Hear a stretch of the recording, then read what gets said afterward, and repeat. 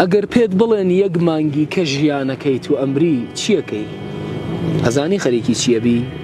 واللهی نوێژەکانت بە مڕەتەبیە خوێنی، لە هەوڵی ئەوەیە ئەبی کە ئەڵڵا لە خۆت ڕازیکەی، قەرزەکان دەیتەوە، ئەو دڵانەی شکاندوتە باشیانەکەیتەوە، گەردنازایی لە خەڵکە گری و خۆت بۆ مردن حازرەکەی بەو جۆرەی کە ڕوود بێ بمری.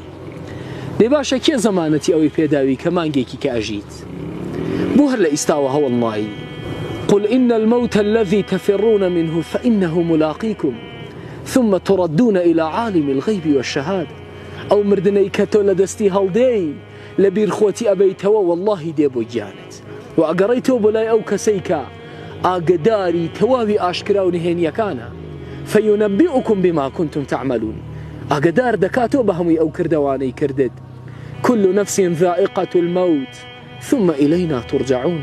همو نفسي أبي بمري وبقرته بلاي خوي قورا أي خوش بحالي أو كسيكا جوري أجي كالروي بي بمري وتاكاتي مردن هاتوا چونك نازاني كيمري لإستاو حركتك ففروا إلى الله. حركتك هلي بترفي خوا الله لخذ رازيك چونك نازاني كي قرار بمري.